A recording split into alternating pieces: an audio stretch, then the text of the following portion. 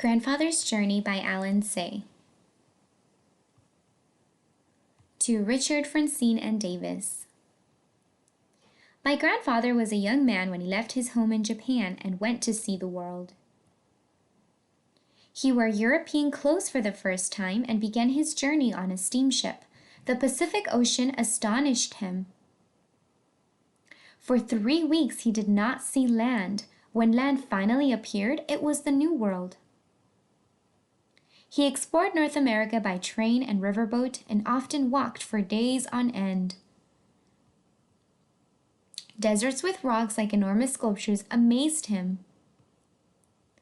The endless farm fields reminded him of the ocean he had crossed. Huge cities of factories and tall buildings bewildered and yet excited him. He marveled at the towering mountains and rivers as clear as the sky.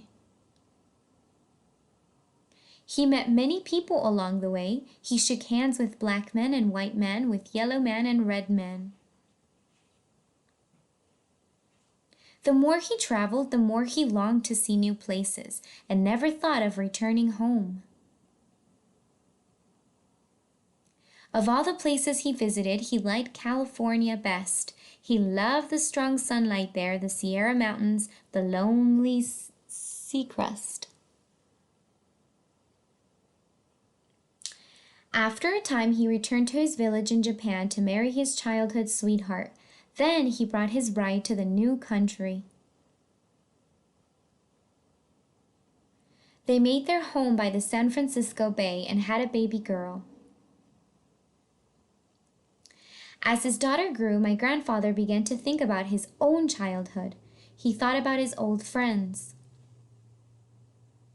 He remembered the mountains and rivers of his home. He surrounded himself with songbirds, but he could not forget. Finally, when his daughter was nearly grown, he could wait no more. He took his family and returned to his homeland. Once again, he saw the mountains and rivers of his childhood. They were just as he had remembered them. Once again, he exchanged stories and laughed with his old friends. But the village was not a place for a daughter from San Francisco, so my grandfather bought a house in a large city nearby. There, the young woman fell in love, married, and sometime later I was born. When I was a small boy, my favorite weekend was a visit to my grandfather's house. He told me many stories about California.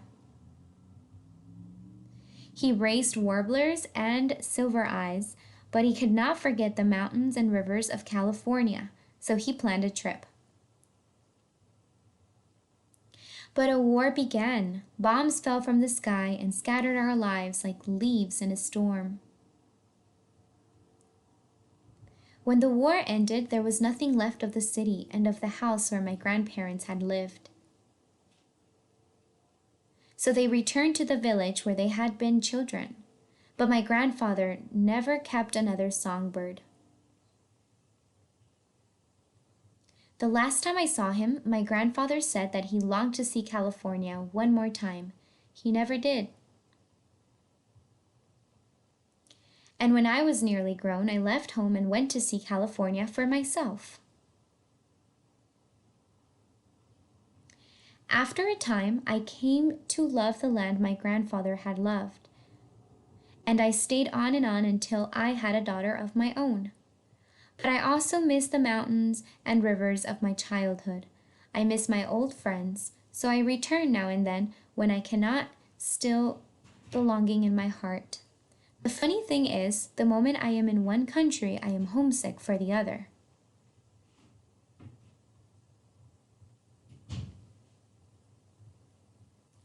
I think I know my grandfather now. I miss him very much.